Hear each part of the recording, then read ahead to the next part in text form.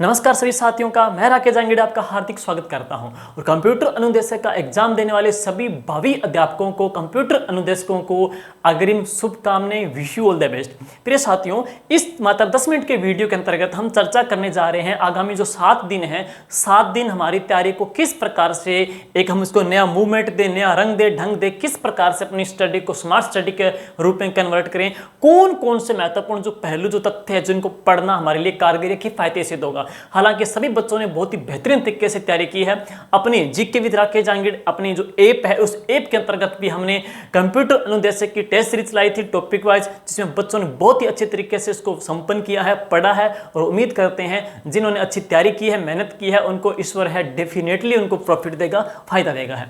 और दोस्तों, अभी जो कुछ एग्जाम हुए हैं अधीनस्थ बोर्ड ने लियो, जैसे कि बात करते हैं, अभी पीछे हुआ था जेईएन का एग्जाम हुआ था, और जेईएन के अलावा है पशुधन सहायक एग्जाम हो गया, पटवार के पीछे एग्जाम हो चुके हैं। उन एग्जाम को देखते हुए उन एग्जाम में मोस्टली जिनमें क्या एक तरफ तो विषय प्रधानता हो, जैसे कि पशुधन सहायक में एक तरफ क्या विषय है, दूसरी तरफ जीके का प्रश्न है। जैसे एग्रीकल्चर सुपरवाइजर, उसमें एक तरफ सब्जेक्ट या विषय की प्रधानता है, दूसरी तरफ जीके है। तो उनके अंतर्गत हमने जो पीछे का देखा ना, जो हमने एक आकलन लगाया है, औसतन देखा है, उन एग्जाम के अंतर्गत है वह जो सब आपका जो जीके का पोर्शन है इतना डीप नहीं पूछ रहा, बेसिकली पूछ रहा है, और उसकी हमने स्ट्रेटजी को समझा है, उसकी रगों को हमने देखा है और उसका एनालिसिस किया है। वही करने के पश्चात में इस 7 दिन के अंतर्गत रूपरेखा के अंतर्गत आपको बताने जा रहे हैं कि कौन से तथ्य, कौन से टॉपिक आपको पढ़ने हैं। दोस्तों देखिए, आज 10-11 जून हो चुकी है और 18 जून को एग्जाम है, तो लगभग सभी बच्चों ने अपने डीपली सभी तरीके से पढ़ा है। लेकिन अब मैं आपको बताने जा रहा हूं कौन से टॉपिक्स आपको अच्छे से बेस्ट करने हैं।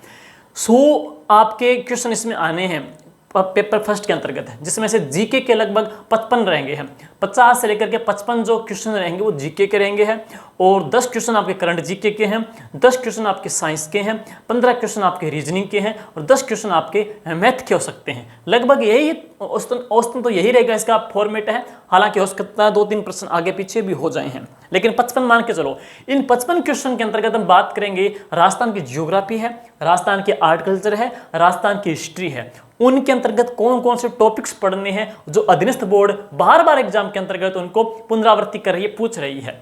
प्रिय दोस्तों, सबसे पहले अगर हम बात कहूं तो आप क्या करो, एक तो विगत एग्जाम है अधीनस्थ बोर्ड के पीछे जितने जो पेपर हुए हैं मार्केट में, उनकी भी किताब अच्छे से आती है। वो विगत एग्जाम में जो जो क्वेश्चन पूछे गए हैं उनको भाई अच्छे तरीके से पढ़ दीजिएगा। मोस्टली 40%, 30% या 40% जो क्वेश्चन है डिट्टो सेम एजिट रिवाइज होते जा रहे हैं, बार बार रिवाइज हो रहे हैं, तो आपको उनको अच्छे तरीके से पढ़ना है। और इसके पश्चात मैं बात कहूँ, जैसे कि ज्योग्राफी पे आता हूँ दोस्तों।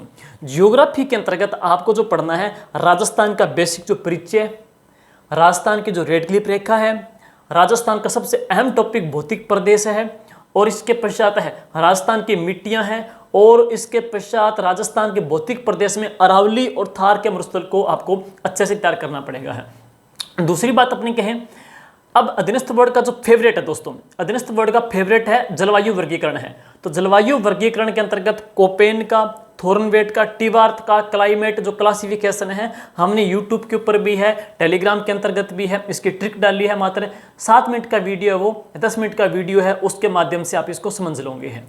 और अब बात करते हैं आगे के टॉपिक में। अपवा प्रणाली के अंतर्गत मोस्टली राजस्थान की चंबल नदी है, राजस्थान की लूणी नदी है, राजस्थान की बनास नदी है, राजस्थान की जो घग्गर नदी है, ज्वाई नदी है, काली सिंध नदी है, और ये हम बात करते हैं जयपुर से जो बैराट की पहाड़ी से निकलती है वो नदियां हैं। मोस्टली जयपुर की बैराट की पहाड़ी से निकलती है वो नदियां आ जाएगी है, काली सिंध नदी आ जाएगी, ज्वाई नदी आ जाएगी है, माही नदी आ जाएगी, लूणी नदी आ जाएगी है। तो ये नदियां अति महत्वपूर्ण हैं। और इसके अतिरिक्त काली सिंध नदी भी, इसके अंतर्गत अपने कहेंगे कांतली नदी भी आपको अच्छे तरीके से तैयार करनी है। अब इसके बाद है नदियों के पश्चात में दोस्तों झीलों में है पुष्कर झील, एक बार अच्छे से नजर मार लेना है, और सांबर झील को अच्छे से पढ़ लेना है, और पिछला झील को अच्छे से देख लेना है। अब आगे की बात करते हैं तो नेक्स्ट है कृषि के अंतर्गत दोस्तों। कृषि का आपका बेसिक पूछा जाएगा। राजस्थान में सर्वाधिक जो उत्पादन है, किसी बाजरे का आ जाएगा, ग्वार का आ जाएगा, सरसों का आ जाएगा, गेहूं का आ जाएगा, जौ का आ जाएगा, ये बड़ा बड़ा देख लीजिए। और वह फसल जो राजस्थान की क्लाइमेट के संदर्भ में अनुकूलन है, राजस्थान का जिसके उत्पादन में पहला स्थान है, वो आप अच्छे से देख लीजिएगा। और उसके पश्चात हम आगे आते हैं सबसे खास टॉपिक जो बहुत ही अति महत्वपूर्ण, जिसको अधीनस्थ बोर्ड को सर्वाधिक लगाव या चाव है, तो वह कहेंगे प्रमुख कृषि जलवायु खंड है। कृषि जलवायु खंड, जो 10 कृषि जलवायु खंड है दोस्तों, वो अच्छे से देख लीजिए। बहुत ही प्रश्न इसमें से पूछे जा रहे हैं, हर पेपर के अंतर्गत इसके प्रश्न पूछे जा रहे हो, चाहे वो JN का एग्जाम हो, चाहे पशुधन सहायक का एग्जाम हो, चाहे पशु एग्रीकल्चर सुपरवाइजर का एग्जाम हो, चाहे पटवार का हो, चाहे वीडियो का हो, हर पेपर के अंतर्गत इसके क्वेश्चन पूछे गए हैं। अब आगे आते हैं वन संपदा वन्य जीव अभ्यारण्य में दोस्तों। वन्य जीव अभ्यारण्य के अंतर्गत राजस्थान के जो टाइगर रिजर्व जो अभी नया बना है वो देख लीजिए, जैसे कि रामगढ़ विस्तारी हो गया है। राजस्थान के अंतर्गत छोटा बड़ा टाइगर प्रोजेक्ट है। राजस्थान के अंतर्गत अब यूं कहेंगे पहली टाइगर प्रोजेक्ट है। या राजस्थान का सबसे जो अहम है कंजर्वेशन सेंटर, जिसको बोलते हैं संरक्षित क्षेत्र, जो कितने 16 बने हैं। अभी 16 जो बना है कौन सा, रणखार बना है, उसको भी आप देख लीजिएगा। तो राजस्थान के अपने संरक्षित क्षेत्र देखना है, टाइगर रिजर्व देखना, टाइगर प्रोजेक्ट हो चुकी है, अभ्यारण्य छोटे बड़े हैं वो देख लेने हैं। और आगे बात करेंगे तो वन्य जीव अभ्यारण्य के पश्चात में आपको चलना पशुपालन दोस्तों। तो पशुपालन के अंतर्गत है राजस्थान की जो नवीनतम पशु गणना है। इस नवीनतम पशु गणना के जो डेटा है उसमें कुल पशु कितने हैं, ज़्यादा पशु कहाँ पे है, कम कहाँ पे है, इन पशु गणना के अंतर्गत कौन से पशुधन में ज़्यादा वृद्धि हुई है, किस में ज़्यादा कमी हुई है। लेकिन इन सब से ज़्यादा एक प्रश्न जो बार बार पूछा गया है वह क्या है, पशुओं की नस्लें। तो पशुओं की दोस्तों नस्लें आप अच्छे से देख लीजिए, मोस्टली है वो भेड़ की है, बकरी की है, इनकी नस्लें बार बार पूछ रहा है, वो आप इसके ऊपर नज़र डाल लीजिएगा। और पशुधन के पश्चात में हम आगे आते हैं तो नेक्स्ट है राजस्थान के खनिज दोस्तों। ऐसे खनिज जिसमें राजस्थान का एकाधिकार है, जैसे कौन कौन से, सीसा जस्ता है और जास्पर है, वोलेस्टोनाइट है, गार्नेट है, या टंगस्टन है, या संगमरमर वगैरह है, या अब्रक वगैरह है, या तांबा वगैरह है, या जो लोहा है, इनको आप अच्छे से देख लीजिएगा। इनमें से मोस्टली प्रश्न आपसे बन सकते हैं। ये मेन खनिज हो गए हैं। खनिज के पश्चात राजस्थान के पेट्रोलियम प्राकृतिक गैस की बात करें तो दोस्तों राजस्थान के पेट्रोलियम के अंतर्गत है, राजस्थान में पेट्रोलियम का सर्वाधिक भंडार किस जिले के अंतर्गत है, राजस्थान देश का कितना % पेट्रोल का प्रोडक्ट करता है, राजस्थान का कच्चे तेल के उत्पादन में देश में कौन सा स्थान है, राजस्थान को कुल कितना तेल उत्पादन करता है, बाड़मेर की जो पंचपत्रा रिफाइनरी है इसकी स्थापना कब हुई, पुलिस एग्जाम पूछा गया था। एक बार सोनिया जी ने की थी, वापस मोदी जी ने की थी। यहाँ से कितनी कैपेसिटी की क्षमता है, इसके ऊपर लागत कितनी है, करंट में इस पर नजर डाल लेना। और सबसे खास बात, इस रिफाइनरी में HPCL और राजस्थान सरकार की भागीदारी कितने % की है, वह भी दोस्तों इसके ऊपर अच्छे से पढ़ दीजिएगा। मैं जो बात कह रहा हूँ आपको इनमें से क्वेश्चन एग्जाम के अंतर्गत मिलेगा, मैं पहले कह रहा हूँ। अब आगे नेक्स्ट है प्राकृतिक गैस के अलावा, पेट्रोलियम के अलावा बात करते हैं नेक्स्ट ऊर्जा के अंतर्गत दोस्तों। अभी JN एक पेपर में पूछा गया था, पशुधन सहायक में पूछा गया है, कौन सा, सूरतगढ़ थर्मल पावर, छबड़ा का हो गया, सूरतगढ़ का हो गया। राजस्थान का पहला थर्मल पावर कौन सा है, राजस्थान का अणु बिजली घर कहाँ पे है, राजस्थान की पवन ऊर्जा है, और सबसे खास राजस्थान की सौर ऊर्जा है। दोस्तों राजस्थान की सौर ऊर्जा में राजस्थान के सोलर जो पार्क हैं, बढ़ला वगैरह है, वो अच्छे से देख लीजिए। राजस्थान के सूरतगढ़ थर्मल जो पावर है उसकी क्षमता कितनी है वो देखनी है, छबड़ा है उसकी क्षमता कितनी है वो देखनी है। और राजस्थान का आपने पढ़ेंगे रावतबाटा एटॉमिक पावर प्लांट है दोस्तों, उसको भी आप अच्छे से देख लीजिएगा, है अति महत्वपूर्ण है। एक बार इनके ऊपर आप दोस्तों नजर डाल लीजिएगा, बड़ी बड़ी बहुत ही इंपॉर्टेंट तथ्य है और एग्जाम में से प्रश्न सीधा सा यहां से पिक करेगा है। और नेक्स्ट है खनिज के पश्चात, ऊर्जा के पश्चात मैं नेक्स्ट आता हूं दोस्तों। तो नेक्स्ट आपका क्या है, नेक्स्ट इसके बाद है कि आपका परिवहन टॉपिक है दोस्तों। हाँ परिवहन टॉपिक है, तो बच्चे पूछते रहते हैं परिवहन को लेकर के।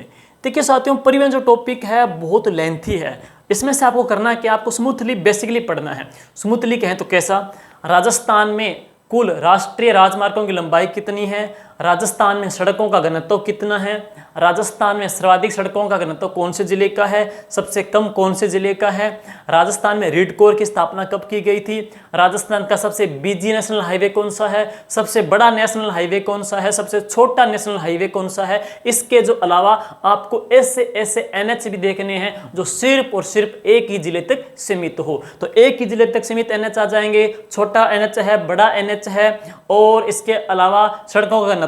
दूसरी बात, राजस्थान के उत्तर से दक्षिण कॉरिडोर में कौन सा एनएच आता है, पूर्व से पश्चिम कॉरिडोर में कौन सा एनएच आता है, वो भी दोस्तों आप अच्छे से देख लीजिए, इंपॉर्टेंट रहेगा है। जनगणना की बात करें, जनगणना के अंतर्गत राजस्थान में वो सही बातें आएंगे, राजस्थान का जनसंख्या घनत्व कितना है, राजस्थान की जनगणना कितनी है, राजस्थान का लिंगानुपात कितना है, ज्यादा किसका है कम किसका है, जनसंख्या घनत्व 3 जिलों का ज्यादा देख लीजिए, 3 जिलों का ज्यादा कम देख लीजिएगा, यह महत्वपूर्ण रहेगा। राजस्थान की साक्षरता है और 0 से 6 आयु वर्ग का जो लिंगानुपात है दोस्तों वह भी देख लीजिएगा। तो ये ज्योग्राफी के महत्वपूर्ण तथ्य है जो आपसे पूछे जा सकते हैं। अब बात आते हैं कला संस्कृति में दोस्तों। कला संस्कृति में ज्यादा प्रश्न आने की प्रायोरिटी रह गई है। कला संस्कृति के अंतर्गत दोस्तों आपसे वो क्या पूछ सकता है, त्योहार टॉपिक अच्छे से देख लीजिए, क्योंकि त्योहार टॉपिक से त्योहार के प्रश्न बनेंगे, मेले से प्रश्न बनेंगे, अति महत्वपूर्ण है। और त्योहार के पश्चात में संत और संप्रदाय टॉपिक है दोस्तों। संत संप्रदाय में अगर आप मैं खास बताना चाहूँ तो आपको संत संप्रदाय में मेनली पढ़ेंगे तो बल्लभ संप्रदाय देख लेना है, निम्बार्क संप्रदाय देख लेना है, और दादू जी देख लेना है, जाम्बो जी देख लेना है, पिप्पा जी देख लेना है, और इसके जो अलावा मीराबाई देख लीजिए दोस्तों हैं। और सूफी की बात करें तो ख्वाजा मोइनुद्दीन जो चिश्ती है उनकी दरगाह है, छोटा देग है, बड़ा देग है, उनका उर्स कब बरता है, इस साल इनका कौन सा उर्स भरा गया था, ये मेन तथ्य आपको उसमें पढ़ने हैं दोस्तों। तो ये तो उसमें रहेंगे संत संप्रदाय के अंतर्गत। फिर बात करते हैं राजस्थान के देवी देवताओं के बारे में दोस्तों। तो राजस्थान के देवी देवताओं के बारे में मोस्टली राजस्थान के जो 5 पीर हैं वो तो पढ़ने हैं। इसके जो अतिरिक्त बात करेंगे तो गुर्जर समाज के देवता है देवनारायण जी है, तेजाज जी है, वह इंपॉर्टेंट है। देवताओं में क्या करता है, या तो देवताओं के उपनाम देख लीजिए आप, विष्णु के अवतार कौन है, अस्त्र शस्त्र के ज्ञाता कौन है, प्राकृतिक चिकित्सा के ज्ञाता कौन से हैं, पशु चिकित्सा के ज्ञाता कौन कौन से, वो देख लेना। या देवता देख करके उनके मंदिर कहाँ पे है, मंदिर देख लीजिएगा है। देवता है, उनका उपनाम है, उनका मंदिर और उनका स्वरूप क्या है, उनकी पूजा किस रूप में होती है, वह भी आप इसके ऊपर अच्छे से देख लीजिएगा दोस्तों। नेक्स्ट बात करते हैं देवी देवता संत संप्रदाय के जो अतिरिक्त है दोस्तों राजस्थान की लोक नृत्य की है।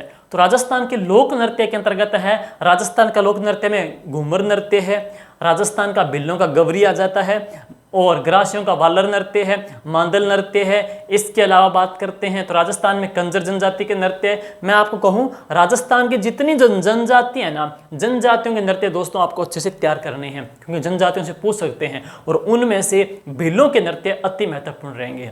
राजस्थान के अन्य नृत्यों की बात करेंगे तो अग्नि नृत्य इंपॉर्टेंट है, तेरहथली नृत्य इंपॉर्टेंट है, ढोल नृत्य इंपॉर्टेंट है। और मैं लोक नाटक में आऊंगा तो लोक नाटक में आपसे क्या पूछ सकता है, लोक नाटक में गवरी है, तूरा कलंगी है, रम्मत है, और इसके अलावा बात करते हैं तूरा कलंगी आ जाएगी, रम्मत आ जाएगी, कुचामनी ख्याल है दोस्तों, कुचामनी ख्याल भी अच्छे से देख लीजिएगा है, और बहरूपिया कला इंपॉर्टेंट है। तो ये महत्वपूर्ण तथ्य मैं बता रहा हूँ जहाँ से प्रश्न ज़्यादा उठने की प्रायोरिटी रहती है। लोक नृत्य लोक नाटक के बाद में भाषा और बोली दोस्तों, भाषा बोली से प्रश्न पूछे जा रहे हैं। उसमें क्या करेगा, आपको कोई 4 बोली दे करके या कोई 3 बोली दे करके पूछेगा कि उपयुक्त बोलियां किसकी उपबोली है। तो आप क्या करोगे, एक तरफ तो मारवाड़ी बोली लिख लो, एक तरफ ढूंढाड़ी बोली कर लो, और उसमें देख लो कि मारवाड़ी की कौन कौन सी उपबोलियां हैं और ढूंढाड़ी की कौन कौन सी उपबोलियां हैं। सिंपल सा पूछेगा कि ये 3 बोली किसकी उपबोली है, बस ये आपको गौर करना वहां पे।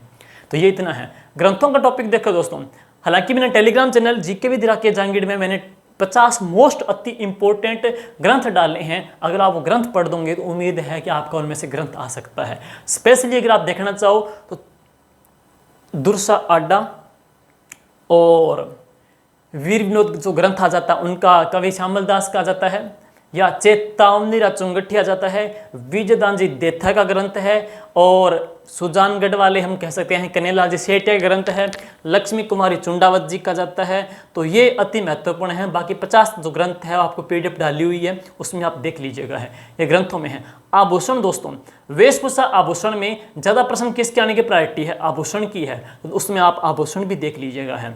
तो यह महत्वपूर्ण रहेंगे। जनजातियों की बात करें तो वहाँ आपको भील या फिर मीणा जनजाति से प्रश्न पूछ सकते हैं, और एक प्रश्न यह भी आ सकता है राजस्थान की एकमात्र आदिम जनजाति कौन सी है, तो सहरिया का प्रश्न पेपर में पढ़ सकता है। तो महत्वपूर्ण तथ्य है दोस्तों। जाते जाते ये वीडियो आपके 10 मिनट का बहुत सारे प्रश्न आपके कारगर और किफायती आपके लिए सिद्ध करेगा, मुझे पूर्णतः बिलीव है।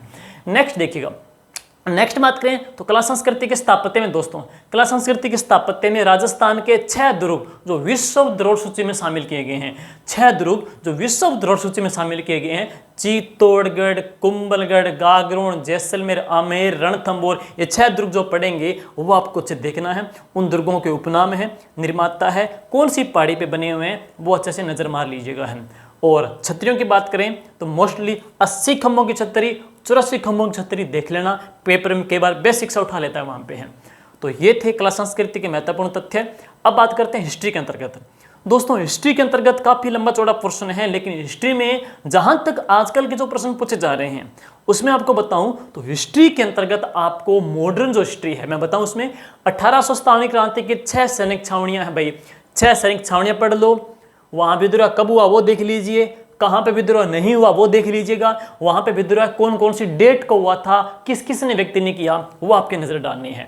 राजस्थान की पॉलिटिकल जो एजेंट थे वो कौन सा पॉलिटिकल एजेंट कहां पे था वो आपको गौर करना है, एक ये इंपॉर्टेंट है। और इसके अलावा महत्वपूर्ण जो स्वतंत्रता सेनानी यहाँ पे काम आ गए थे, वीरगति पाई थी, वो आपको देखना है। तो ये महत्वपूर्ण तथ्य क्रांति में से रहेगा है। एकीकरण की बात करें, एकीकरण के जो सारे स्टेप है, 7 चरण हैं, जो चरण बनाए गए हैं उन चरण, जैसे मत्स्य संघ गठन कब हुआ, कौन कौन सी रियासत थी, और राजस्थान का जैसे संयुक्त राजस्थान है, वृहत राजस्थान है, या राजस्थान का वर्तमान स्वरूप है, सारे स्टेप बाय स्टेप उनके नाम और उनका गठन कब हुआ और उसमें कौन कौन सी रियासतें थी, एक बार नजर जरूर डालिएगा है, इंपॉर्टेंट है। प्रश्न पेट आता है, डेफिनेटली आता है, इतना डीप आपसे नहीं पूछा जाएगा है। स्पेशली चौथे चरण को इंपॉर्टेंट जरूर देखना, जब राजस्थान का वृहत राजस्थान गठन किया गया था, वो भी इंपॉर्टेंट है। और अब बात आते हैं प्रजामंडल पे दोस्तों। तो प्रजामंडल के मैंने यूट्यूब पे वीडियो भी डाली है। प्रजामंडल 2 प्रकार से, एक डीपली है, एक नॉर्मली है। नॉर्मली मुझे पता है कि आपसे सिंपल सीधा पूछेगा कि कौन सा प्रजामंडल है, वो कब स्थापित हुआ, बस। और कौन से प्रजामंडल की स्थापना किस व्यक्ति ने की, यानी कि प्रजामंडल, उनके संस्थापक और उनके अध्यक्ष और उनकी स्थापना, और इनकी वीडियो डाली गई है यूट्यूब पे। आप प्रजामंडल की जो trick GK with Rakesh Jangid ऐसे डालोगे तो आपको वहां पे शो हो जाएगी। मात्र 15 मिनट की वीडियो में आपके सारे अध्यक्ष प्रजामंडल याद हो जाएंगे हैं। प्रश्न आना है इसमें से भी है। प्रजामंडल है, एकीकरण है, क्रांति हो गई है। किसान आंदोलन दोस्तों, बिजोलिया जो किसान आंदोलन है कब से कब तक चला, कितने साल चला था और इसका नेतृत्व किसने किया, विजय सिंह पथिक की क्या भागीदारी थी, कौन सा समाचार पत्र था, तो कितनी मांगे थी इसमें है, ये बात इसमें आप पढ़ लीजिएगा। इसके जो अलावा बात करेंगे भगत आंदोलन है और एक ही आंदोलन, यानी कि यूं कहेंगे भगत मानगढ़ धाम का जो कांड हुआ था, एक ही का जो कांड हुआ था, निमूचना का जो कांड हुआ था, डाबी जो कांड हुए थे, यह महत्वपूर्ण तथ्य आपसे पूछ सकते हैं। कब हुए थे या कौन से जिले के अंतर्गत हुए थे, वो भी इसमें इंपॉर्टेंट रहेंगे हैं। तो अब सभ्यता की बात करें दोस्तों, सभ्यता में आपसे सिंपल या तो कालीबंगा सभ्यता का प्रश्न पढ़ सकता है, या विराट का सभ्यता का प्रश्न पढ़ सकता है, या कालीबंगा या विराट या कांतली का आ सकता है, नॉर्मल रहेगा, आहड़ है। तो 4 सभ्यता है, बड़ा बड़ा देख सकते हो, इतना को डीप इसके बारे में नहीं पूछा जाएगा है। और राजा की बात करें तो राणा कुंभा है। अभी हाल ही में पृथ्वीराज चौहान तृतीय मूवी चर्चा में रही है, तो पृथ्वीराज चौहान तृतीय का प्रश्न पेपर में पढ़ सकता है। और महाराणा कुंभा भी हो गया है। महाराणा प्रताप का प्रश्न तो आता ही हर एग्जाम के अंतर्गत मिलेगा है। राणा सांगा भी इंपॉर्टेंट रहेंगे हैं। तो ये है दोस्तों, उम्मीद करते हैं आपको अच्छे तरीके से 7 दिन में आप इन टॉपिक को अपनी पकड़ मजबूत बनाओगे और बेस्ट करोगे हैं। करंट जीके में दोस्तों, करंट जीके में इस साल के अंतर्गत या विगत साल के अंतर्गत सरकार के क्या क्या उपलब्धियां हैं, सरकार की कौन कौन सी योजना चलाई गई है, सरकार की फ्लैगशिप योजनाएं हैं, बजट जो बड़ा बड़ा तथ्य बजट के, वो भी आप एक बार नजर जरूर डाल लीजिएगा है। और कौन कौन सी सरकार ने घोषणाएं की हैं, मोस्टली जो आईटी डिपार्टमेंट के अंतर्गत है, आपके संचार इस फील्ड से जुड़े हो तो वहाँ प्रश्न आपको इसमें मिल सकता है। एजुकेशन से रिलेटेड भी जो सरकार की घोषणाएं हैं, स्कूलों के अंतर्गत सरकार के जो कार्यक्रम चलाए जा रहे हैं, वह भी आप इसके ऊपर नजर मार देना है। और साथ साथ के अंतर्गत है अवनी लखेरा है, या जो अन्य कलाकार हैं, या जिनको पद्मश्री अवार्ड मिला है, या जो मामे खान जो कान फिल्म फेस्टिवल में रेड पट्टी पे चले थे, तो वह इंपॉर्टेंट रहेंगे हैं। या बाड़मेर की रुमा दे हो चाहे, या राजस्थान का बाल साहित्य का पुरस्कार मिल चुका हो, ये महत्वपूर्ण रहेंगे हैं। तो ये बड़े बड़े तथ्य हैं। एक बार इस साल का जो स्पेशली मोस्टली जो इस साल का करंट जीके दोस्तों अच्छे से देख लीजिएगा, और उम्मीद करते हैं ये वीडियो आपके लिए बहुत किफायतीमंद सिद्ध होगा। Wish you all the best, thank you, good luck.